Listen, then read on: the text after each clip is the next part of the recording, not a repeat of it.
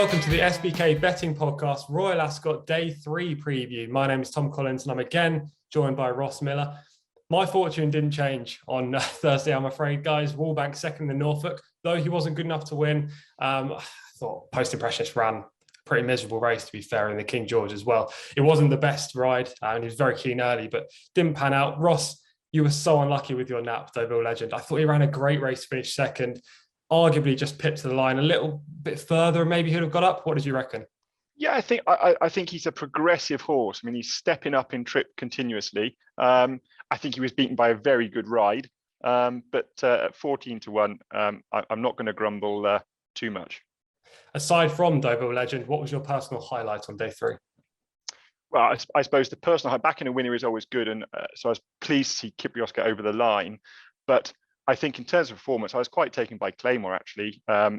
I think that's a horse that almost certainly can step up into Group 2, possibly even Group 1, because he's a new bay. Adam Kirby sort of suggested that he would be better with a bit of ease in the ground, and the way he was galloping on, you'd suggest he might even stay further yet. So I thought that was a really good performance. I don't think there's any fluke about it. I think he's a smart horse for a very smart, underrated trainer. Yeah, I thought Claymore was really impressive as well. Unfortunately, the Queen's horse reached for them and finished second, but no excuses. Frankie was in the perfect position and the horse just was not good enough. King Max, I thought, ran a good race back in third. The horse you touched on at the start there, Kyprios, well, that was my personal highlight. And the race we're going to talk about now, the Ascot Gold Cup, I loved the race. As a neutral, I didn't have a bet in the race. I tipped Alignac at a huge price, and I thought he was coming into the race, actually turning for home. He was the one that was travelling best. He didn't stay. But the finish was phenomenal between Kyprios, Mojo Star, who ran a screamer first time up this year. Burning Victory got the perfect saloon passage against the rail, flew home. Stradivarius ran well again as well. What did you make of the Ascot Gold Cup? I thought it was exciting. I slightly get frustrated at their sort of run at these sort of muddling pace. But I think the right horse won, trying to look at it sort of through level glasses.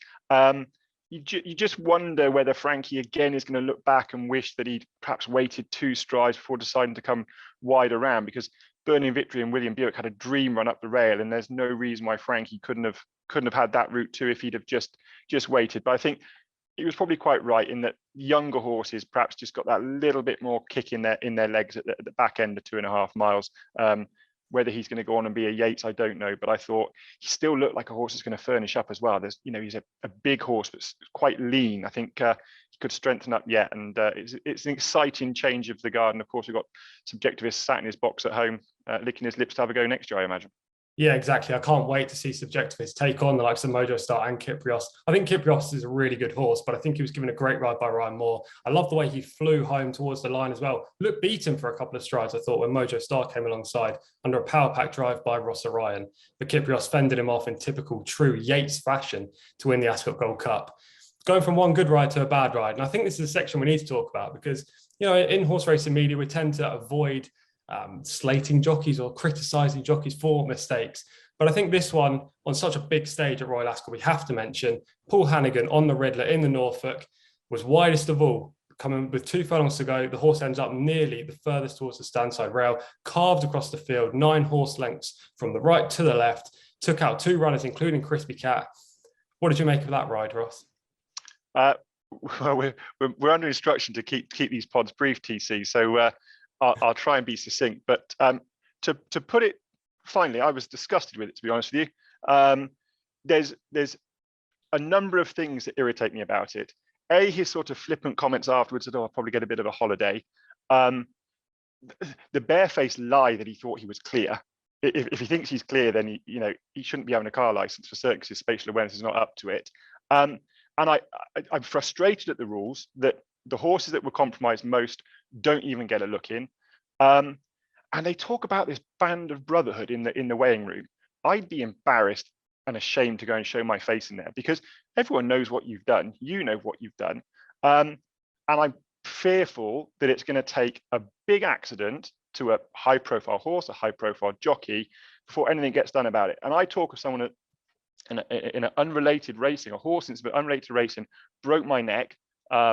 And I'm very aware of how quickly life can change. I mean, I was very fortunate, as my surgeon put it, I was the toss of a coin away from losing everything from my C5 down.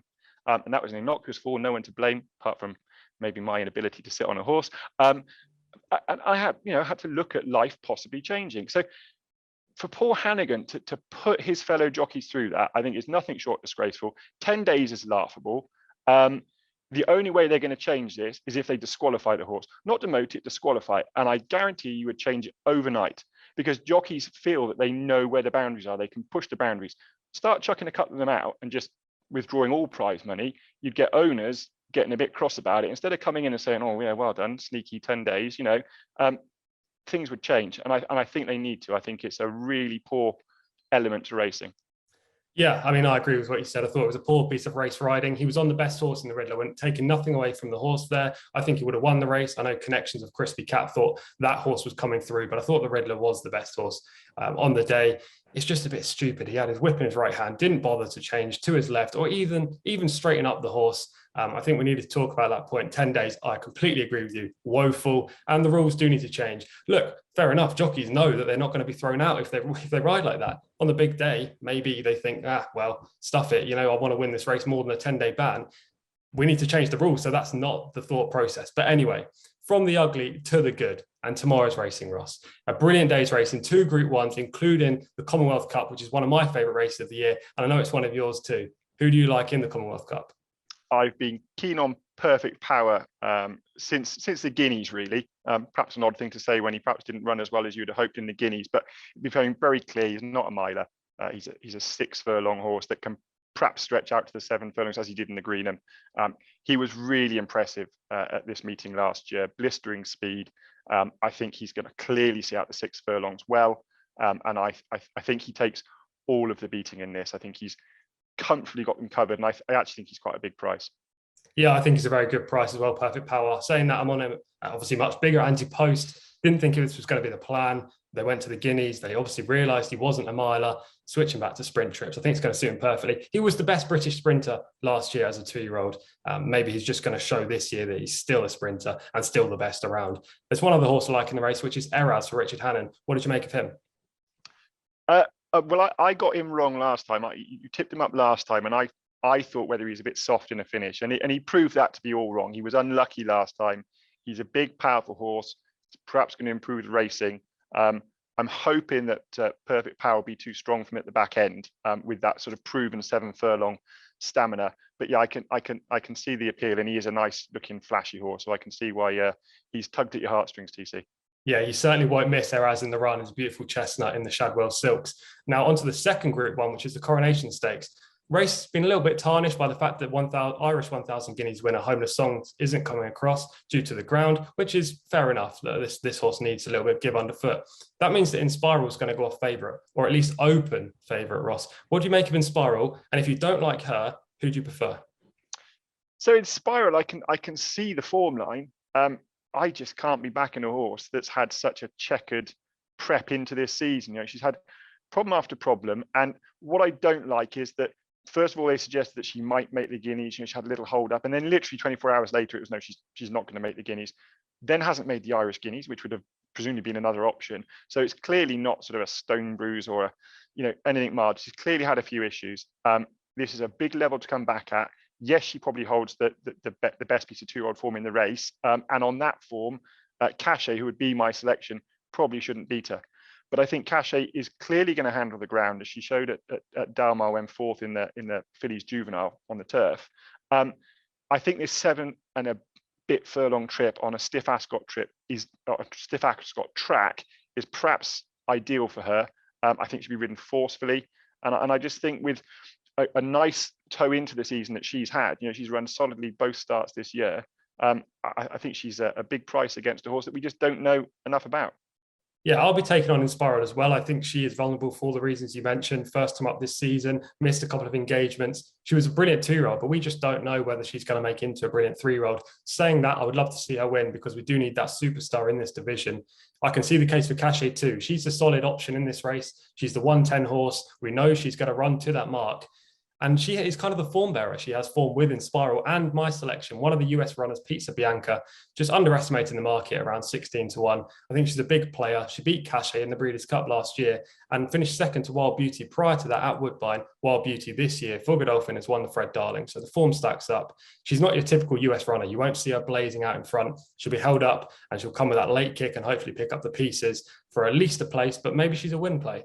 She isn't my Nap or Next Best. I don't know whether Cachet is your Nap or Next Best. I don't think so, Ross. Who are your Nap and Next Bests on Friday?